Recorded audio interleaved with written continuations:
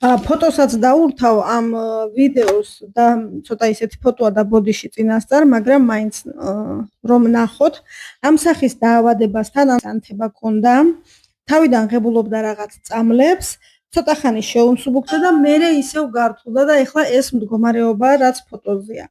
ეხლა წყალისდის და აქვს ტკივილები და თუ ანუ თქვენი ბადებიდან რა უნდა მივცეთო ფიზიკურად ვერ მოვა. პირველ რიგში აქ არის ცირკულატორული პრობლემა.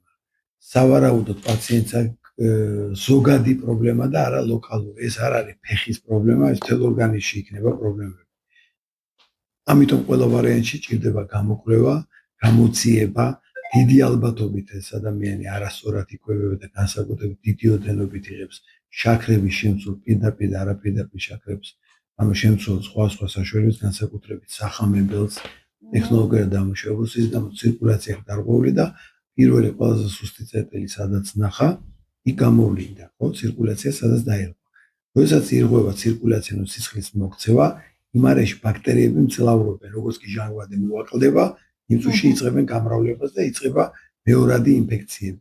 აქ სავარაუდოდ ეს მდგომარეობა რამდენად არის ინფიცირებული და რამდენად იქ თუ სითხეის, დნას, პლაზმა მოდის თუ ჩირკოვანი გამონადენია, მაგას დადგენა უნდა საავადმყოფოს, ანუ კლინიკის პირობებში.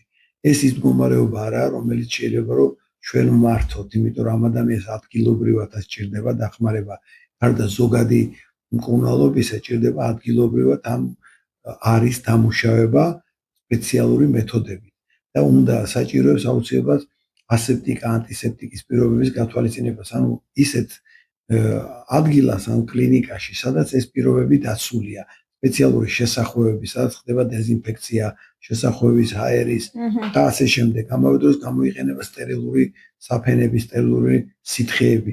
ეს ის მდგომარეობა, რომელსაც ჩვენ ვერ მართავ და ამ წუთას ვერ მართავთ. ხო, მაგრამ როდესაც თვითონ კლინიკის პირობებში ჩატარდება ის საჭირო დამუშავება და მკურნალობა, ზოგად სიტუაციასთან დაკავშირებით შეიძლება ონლაინში კონსულტაციის ჩატარება. ანუ სისხლის მიმოქცევის ძირითადი არის ხო ცირკულაციით უნდა დავიწყოთ, თუმცა აქ იმუნომოდულატორების მისაცემი იქნება, იმიტომ რომ იმუნური სისტემაც ვერ ამ წყობაში სავარაუდოდ, მაგრამ ანუ ეს წითელი ქარია, ეს დაავადება თუ შეიძლება, მაგრამ დიფერენციაცია უნდა, ფოტოთი გავს, თუმცა დიფერენციაცია უნდა რა. ამიტომ